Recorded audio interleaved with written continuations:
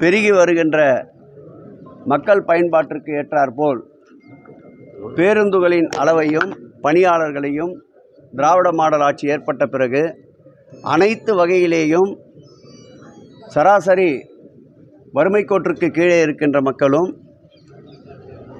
நடுத்தர மக்களும் அன்றாட பணிகளினால் அவர்களுடைய வாழ்வாதாரத்தை கடத்தி செல்கின்ற மக்களும் பயன்படுகின்ற வகையில் பல்வேறு திட்டங்களை மாண்புமிகு தமிழக முதல்வர் ஆட்சி பொறுப்பேற்ற பிறகு கொண்டு வந்திருக்கின்றார்.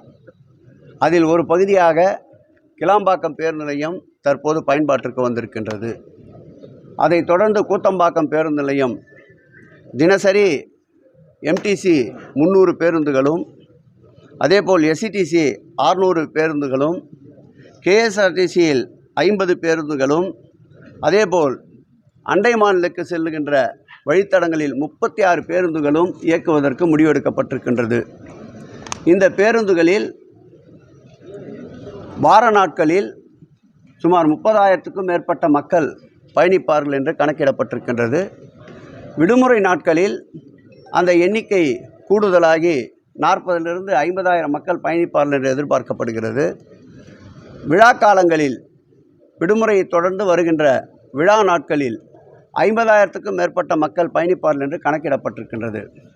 அந்த வகையிலே இந்த பேருந்து நிலையத்தை பயன்படுத்துகின்ற அந்த மக்களுக்கு தேவையான அடிப்படை வசதிகளை மேம்படுத்துவதற்கு மாண்புமிகு தமிழக முதல்வர் உத்தரவின் பேரில் இந்த மாவட்டத்துடைய அமைச்சர் அன்பிற்கினிய அண்ணன் நாசர் அவர்களும், இந்த தொகுதியுடைய சட்டப்பேரவை உறுப்பினர் அன்பிற்கினிய கிருஷ்ணசாமி அவர்களும், எங்கள் துறையினுடைய செயலாளர் அன்பிற்கினிய காகர்லா உஷா அவர்களும், துறையினுடைய உறுப்பினர் செயலாளர் அன்பிற்கினிய பிரகாஷ் அவர்களும், துறையினுடைய சிஇஓ சிவபிரகாசம் அவர்களும், இந்த மாவட்டத்துடைய ஆட்சியர் பிரதாப் அவர்களும் ஒருங்கிணைந்து பல்வேறு துறை சார்ந்த போக்குவரத்து மற்றும் மின்சாரத்துறை, அதேபோல் நெடுஞ்சாலைத்துறை போன்ற அனைத்து காவல்துறை உள்ளிட்ட அனைத்து துறைகளையும் ஒருங்கிணைந்து இன்றைக்கு ஆய்வுப் பணிகளை மேற்கொண்டிருக்கின்றோம். வருகின்ற மக்களுக்கு தேவையான அனைத்து அடிப்படை வசதிகளையும் கண்டிப்பாக இந்த பேருந்து நிலையம் துவக்கப்பட்ட நாளிலிருந்து பயணிக்கின்ற மக்கள் அனைவருக்கும் அனைத்து வசதிகளும் கிடைக்கின்ற அளவிற்கு திட்டமிட்டிருக்கின்றோம்.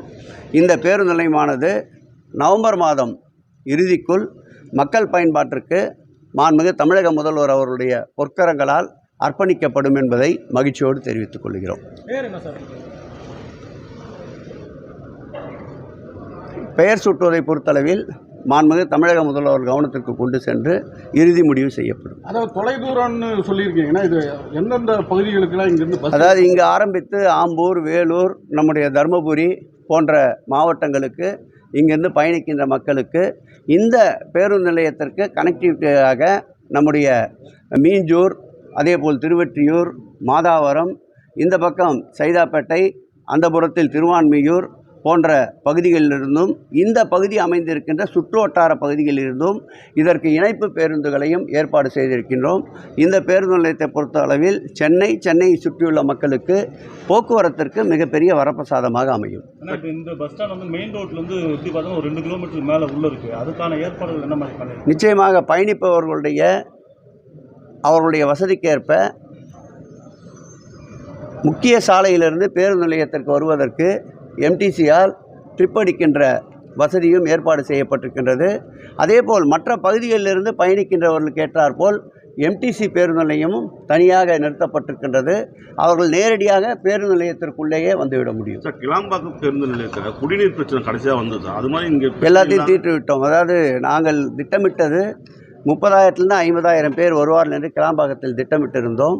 விழா காலங்களில் 1 லட்சத்திற்கும் மேற்பட்ட மக்கள் வந்தடைகிறார்கள். கிட்டத்தட்ட அந்த பேருந்து நிலையம் திறந்து 1.25 ஆண்டுகள் ஆகிறது. அந்த பேருந்து நிலையத்தை பற்றி இது போன்ற சிறு சிறு பிரச்சனைகளை தவிர்த்து மிகப்பெரிய அளவில் உலகத்தரம் வாய்ந்த ஒரு பேருந்து நிலையம் என்றுதான் அனைவரும் அடையாளப்படுத்துகிறார்கள். இது போன்ற பிரச்சனைகளை கவனத்திற்கு கொண்டு வந்தவுடன் உடனடியாக சரி செய்கின்ற பணியிலும் ஈடுபட்டிருக்கின்றோம்.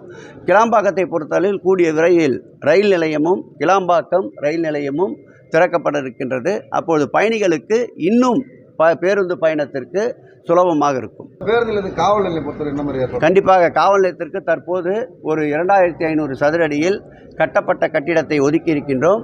மாண்புமிகு தமிழக முதல்வருடைய கவனத்திற்கு கொண்டு சென்று கிளாம்பாக்கத்திற்கு எப்படி காவல் நிலையம் அறிவிக்கப்பட்டதோ அதேபோல் இங்கும் காவல் நிலையத்தை தனியாக ஏற்பாடு செய்வதற்கு உண்டான முயற்சிகளை நானும் எங்களுடைய துறையுடைய செயலாளர் உறுப்பினர் செயலாளரும் முயற்சி செய்வோம்.